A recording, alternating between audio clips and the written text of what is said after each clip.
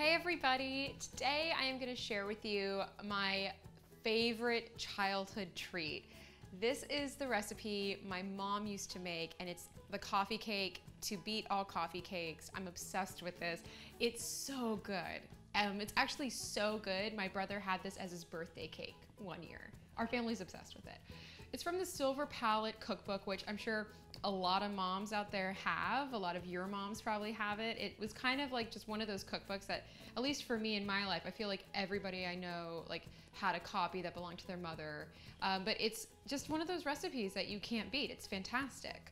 Anyway, I hope you guys enjoy this because it's so good. All right, so this is a classic sour cream coffee cake with a cinnamon pecan crunch situation. We bake it in a bundt, so it's gonna look really beautiful. It's very much a showstopper. So in the recipe, we have 2 cups of sugar, 2 cups of all-purpose flour, 2 eggs, tablespoon of cinnamon, 1/4 teaspoon of salt, tablespoon of vanilla extract, tablespoon of baking powder, 8 ounces of softened butter. I have another 3/4 cup of sugar. This is for the cinnamon sugar, 2 cups of sour cream, and 2 cups of pecans that have been chopped up. So this is a dense cake, I guess would be the way to put it, because you notice there's a lot of fat, but that's why it's amazing. So please don't judge it and enjoy it with a cup of coffee. All right, so first things first, I'm actually going to combine all the dry ingredients. So I have my baking powder going into my flour, gonna add my salt. Cinnamon has its own situation. I'm not gonna mess with that right now. So I'm just gonna stir this around. And you know, you could sift it as well. We already sifted the flour, so I don't have to sift it again. But this is just to make sure you don't get clumps of salt, you don't get clumps of baking powder. And then I'm gonna prep the pecan cinnamon sugar mixture. So sugar's gonna go into the pecans, and then I'm gonna add the cinnamon to my cinnamon sugar mix. This is the stuff that I think really sets this cake apart. So now I'm going to cream together the butter and sugar. So butter is gonna go in, boop, in goes the sugar. And so this is a very classic style of cake, meaning you cream together your sugar and fat, you add your eggs, and then you do dry and wet ingredients alternating. So now I'm gonna add my dry and wet over back and forth. Okay, so first I'm gonna do about like, say 1/4 of the dry. So when a recipe says that you don't want to overwork the dough or overwork the batter, what it's referring to is the gluten in the flour. So the longer you beat flour, the more glutinous it gets. It becomes more like bread rather than like cake. So we're just going to beat this until the flour disappears. That's it, so not very long at all. Next, I'm gonna add about 1/4 of the sour cream. And same thing, I'm just gonna do this back and forth until I run out of both. Last touch is adding the vanilla extract. All right, so I have a bundt pan here, and the bundt pan has been buttered and floured heavily. So this is like a little insurance policy. With bundt pans, you can't do parchment paper, right?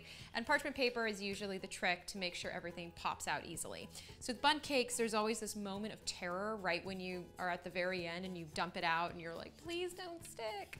So doing butter plus flour actually really helps. You butter the pan really heavily like you normally would. You fill it with flour, shake it around, and then boop, dump all the flour out. It actually helps if you bang the pan against the side of the sink or something like that. And then it gets lined, and you can see it has this really lovely, just sort of matte coating. But this is my insurance policy to make sure the bundt always comes out properly. So for this bundt, I'm going to fill it about halfway up, and then do a layer of our cinnamon sugar mixture. And I'm actually going to save quite a bit of this mix because I'm also going to put this on top of the cake when it's all done. So now I'm gonna do the rest of the batter just right on top. So now I'm just smoothing out the second layer of batter. So you can see it fills it up, I'd say about like 2/3 of it full. And so now a nice thick layer of the cinnamon sugar mixture. So this is now gonna bake at 350 for about an hour. 55 minutes technically, but at about 45 minutes, I'd start looking in on it. Because this is so deep, I actually like using a wooden skewer instead of a toothpick, but just make sure it's cooked all the way through. All right, great. So I'll see you in an hour. Isn't it pretty? It's so golden brown and gorgeous. I'm very excited. So now I'm gonna take the cinnamon sugar mixture and put it all over the top of the cake. Well, this looks amazing. And you can see I have a tiny cup of coffee, decaf in my current state, obviously. And I am gonna cut a slice. I mean, does it get better than this? I don't really think so. It's so fluffy and beautiful. All right, slice of cake, tiny baby coffee. This is gonna be great. Okay, I'm gonna have a bite.